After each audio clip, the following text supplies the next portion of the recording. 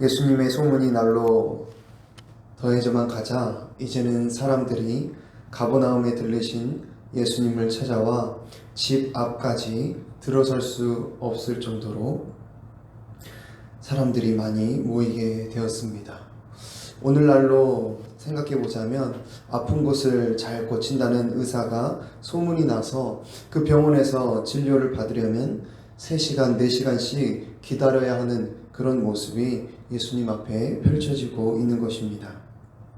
사람들은 질병을 고치며 기적을 일으키시는 예수님에게 나와서 자신에게도 그러한 일들을 해주시기를 바랬을 것입니다.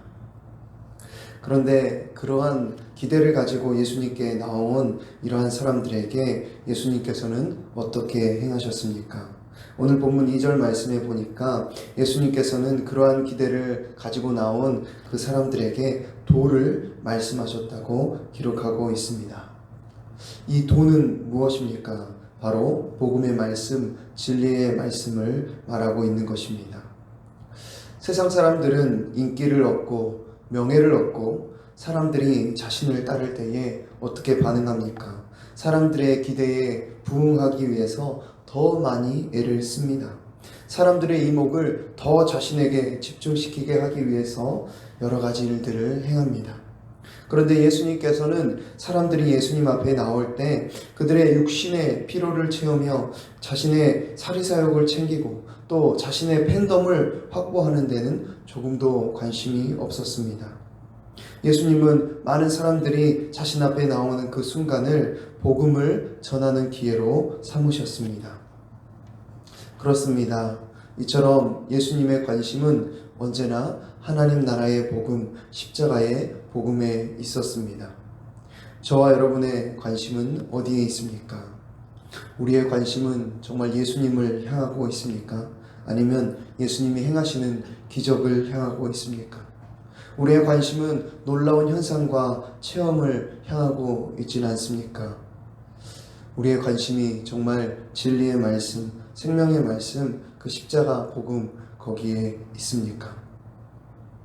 우리의 관심은 나의 인기와 명예에 있습니까? 아니면 영혼을 구원하며 제자 삼는 일에 있습니까? 우리의 관심이 어디에 있는지, 무엇을 향하고 있는지 돌아봐야 하겠습니다. 이어지는 3절부터 12절에서는 중풍병자를 고치시는 예수님에 대해서 기록하고 있습니다.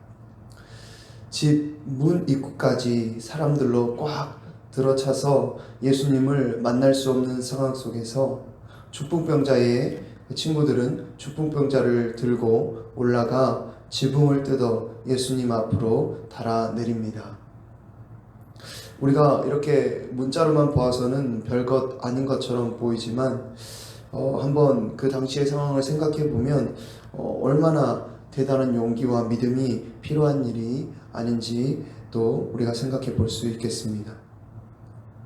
여러분, 많은 사람들이 예수님을 보기 위해서 몰려들었습니다. 그런 상황 속에서 예수님께서는 그들을 진정시키며 복음의 메시지를 전하고 계십니다. 그런데 예수님 머리 위로 막 흙먼지가 떨어져 내리는 것입니다. 몇 차례 쿵쿵쿵 하는 그런 소리가 들리더니 지붕이 뻥 뚫립니다. 아마 사람들뿐만 아니라 예수님도 그 지붕에서 떨어진 먼지와 파편들을 머리에 뒤집어 썼을 것입니다. 지금 이 이스라엘 유대 땅에서 제일 잘 나가는 스타가 예수님이신데 감히 예수님의 머리에 흙먼지를 뒤집어 쓰게 만든 것입니다.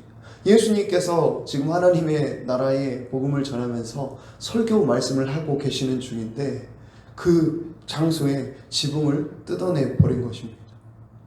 이들은 도대체 어떤 생각으로 이렇게까지 무모하게 지붕을 뜯으면서까지 예수님을 만나고자 했던 것일까요? 그에 대한 답이 5절에 나옵니다. 5절 말씀을 여러분들이 한번 읽어보겠습니다. 읽습니다.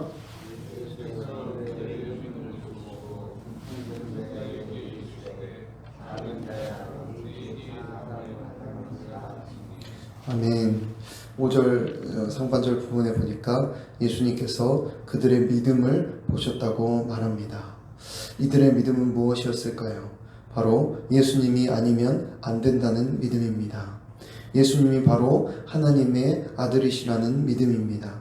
예수님만이 참된 구원 되신다는 믿음입니다.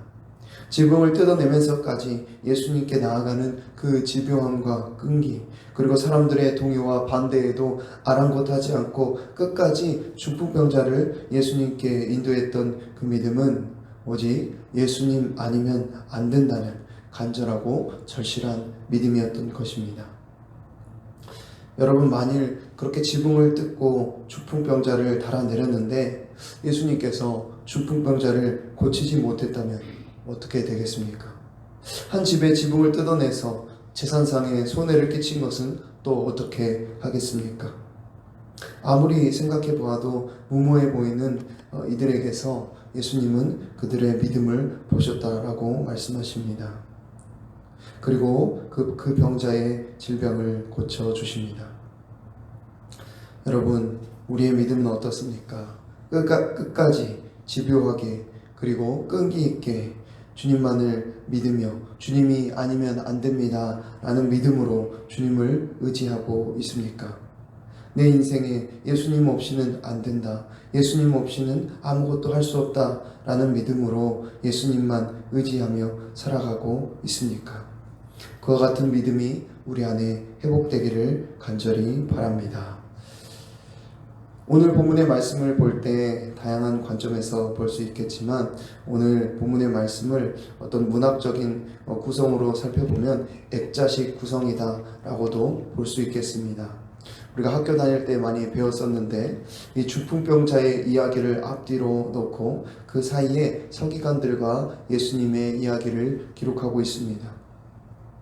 예수님께서 5절 말씀에 내 죄사함을 받았느니라 하시자 6절과 7절 말씀에 그 예수님의 죄사함을 받았느니라 하셨던 그 말씀을 들은 서기관들의 반응을 기록하고 있습니다. 6절과 7절 말씀을 여러분들이 한번 읽어보겠습니다. 읽습니다.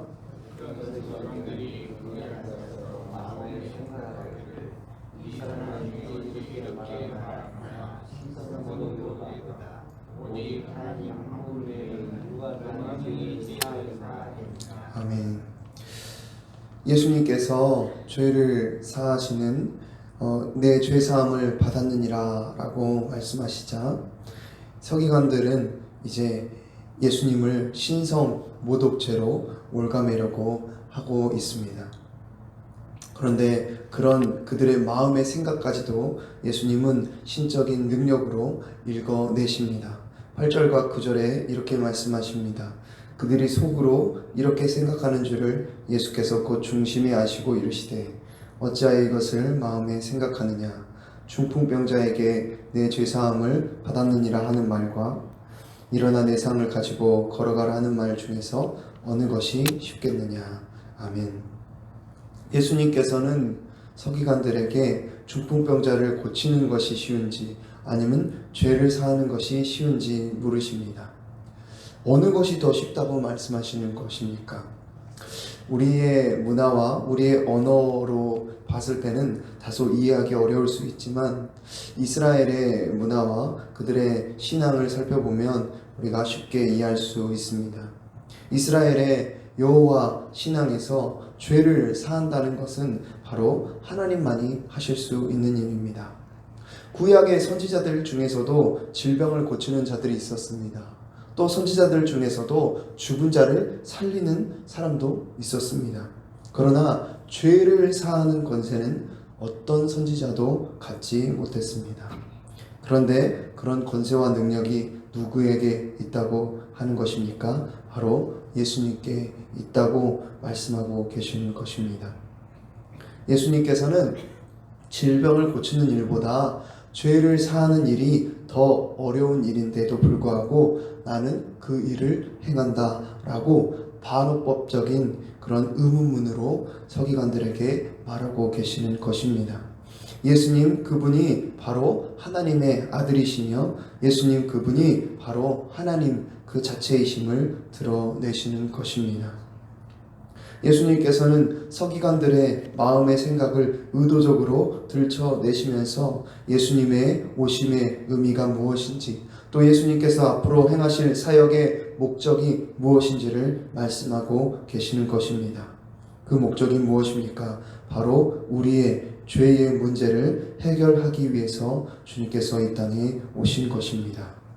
그렇습니다. 예수님의 관심은 우리의 영혼에 있습니다. 우리의 영혼의 죄의 문제에 있는 것입니다. 죄의 문제가 회복되어야지만 하나님 아버지께 나아갈 수 있기 때문입니다. 하나님 아버지와의 관계가 회복되어야지만 진정한 만족, 진정한 기쁨, 진정한 행복이 우리에게 주어지기 때문입니다. 예수님께서는 우리에게 그러한 진정한 하나님과의 관계의 회복, 진정한 하나님과의 관계의 회복에서부터 나오는 기쁨과 만족을 주시기 위해서, 우리에게 하나님의 나라를 선물로 주시기 위해서 죄의 문제를 해결하시고 십자가의 그 은혜를 베풀어 주신 것입니다. 예수님의 관심은 우리의 영혼에 있었습니다. 예수님의 관심은 바로 우리와 하나님 아버지와의 관계에 있었습니다. 저와 여러분의 관심은 어디에 있습니까? 우리의 사역과 또 우리가 섬기는 모든 일들의 목적과 방향은 무엇을 향하고 있습니까? 이 자리에 함께한 저와 여러분의 최대 관심사와 또 인생의 목적이 하나님과의 관계에 있기를 바랍니다. 영혼에게 있기를 바랍니다. 예수님께서 십자가를 통해 우리에게 간절히 주시기 원하셨던 하나님과의 관계 회복, 또 예수님께서 십자가를 통해 우리에게 주시기 원하셨던 날마다 하나님과 동행하는 삶, 그것이 우리의 인생의 최대의 관심사가 되기를 바랍니다. 우리의 삶의 목적이 되기를 바랍니다. 그래서 우리를 통해 주님을 알지 못하는 영혼들이 주께 돌아오는 그러한 은혜가 가득하게 되기를 간절히 바랍니다. 기도하겠습니다. 하나님 아버지, 오늘 마가복음의 말씀을 통해서 예수님의 관심은 어디에 있는지, 예수님께서 이 땅에 오시고 복음의 말씀을 전하시는 그 목적과 그 이유가, 그 방향이 어디에 있는지 다시 한번 깨닫게 하심을 감사합니다. 하나님, 세상의 사람들은 세상에서 살아가는 동안에 많은 인기를 얻고 명예를 얻고 자신을 더 드높이려고 하지만 우리 예수님께서는 많은 사람들의 요구와 많은 사람들이 찾아오는 그런 상황 속에서도 자신의 사리사욕을 채우며 자신의 팬덤을 확보하는 것이 아니라 십자가의 복음, 하나님 나라의 복음을 전하시고 우리의 죄의 문제를 해결해 주셨던 그 모습을 보며 하나님, 우리에게 그 놀라운 십자가의 은혜 베풀어 주신 그 놀라운 사랑으로 인하여 감사와 찬양과 영광을 올려 드립니다. 하나님, 우리도 이 땅에 살아가는 동안에 그 예수님의 모습을 담게 하여 주셔서 하나님, 이 땅에서 인기와 명예와 세상의 성공을 쫓아 살아가는 것이 아니라 우리 하나님 아버지께서 그토록 원하시는 그 한 영혼, 우리 예수님께서 십자가에 달려 죽으시기까지 소중히 여기셨던 그 한 영혼을 주님께 인도하는 그 일에 온전히 드려지는 우리의 삶이 되게 하여 주시옵소서. 우리 주님께서 십자가에 달리시기까지 우리에게 주시기 원하셨던 바로 하나님 아버지와의 관계 회복, 하나님 아버지와 동행하며 살아가는 삶, 그 삶이 우리 인생의 목적이 되게 하여 주시옵소서. 감사하며 예수님의 이름으로 기도합니다. 아멘.